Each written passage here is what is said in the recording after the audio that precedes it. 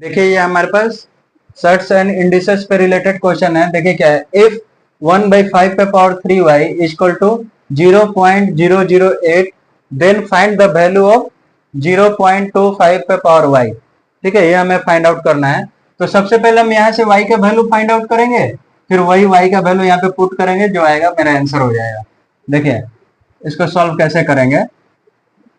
तो ये मेरा क्या दिया हुआ है, 1/5 पे पावर 3y दिया हुआ है। ठीक है, और ये क्या दिया हुआ है, इसको हम क्या लिख सकते हैं, 8/1 पे 30, ये लिख सकते हैं ना, पॉइंट के बाद 30।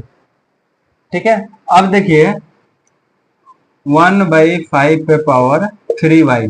ठीक है, इसको हम क्या लिख सकते हैं, इसको डिवाइड कीजिए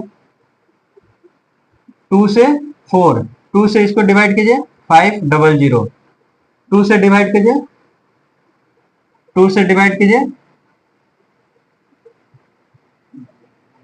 इसको 2 से 125, यानी कि ऊपर सारा डिवाइड हो गया, नीचे में सिर्फ 125 बचा है, यानी कि 1/125 ऐसे लिख सकते हैं।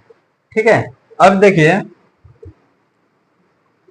1/5 पे पावर 3y इक्वल टू, इसको क्या लिख सकते हैं, 1/5 इंटू 5 इंटू 5 ऐसे लिख सकते हैं, या तो इसको और लिखिए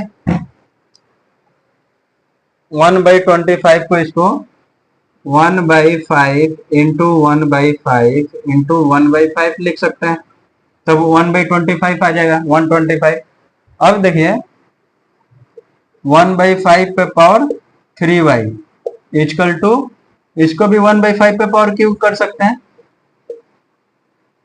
3 बार है तो क्यूब हो गया। ठीक है, अब देखिए बेस सेम है, 1/5 सेम है, 1/5 सेम है, यानी कि 3y इक्वल टू 3 लिख सकते हैं हम यहां से, यानी कि ये दोनों सेम है तो ये भी सेम होगा मेरा, यानी कि 3y इक्वल टू 3, यानी कि y इक्वल टू क्या होगा 3/3, यानी कि y इक्वल टू मेरा 1 हो जाएगा। ठीक है, अब है y का वैल्यू 1 आ गया, तो हमें फाइंड आउट क्या करना है, फाइंड द वैल्यू ऑफ ये, तो हमें इसका वैल्यू निकालना है 0.25 पर power y if y equal to 1, y equal to 1 आया ना, यहाँ से यही 1 यहाँ पे पुट करेंगे, यानी कि 0.25 पे पावर 1।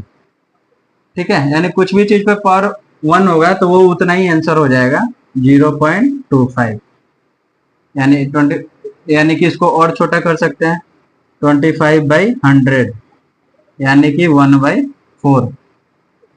ठीक है, ये मेरा आंसर हुआ।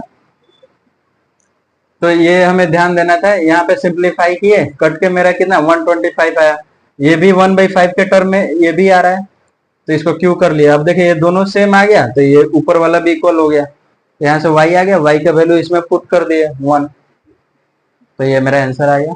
बहुत ही अच्छा क्वेश्चन है। थैंक यू दोस्तों।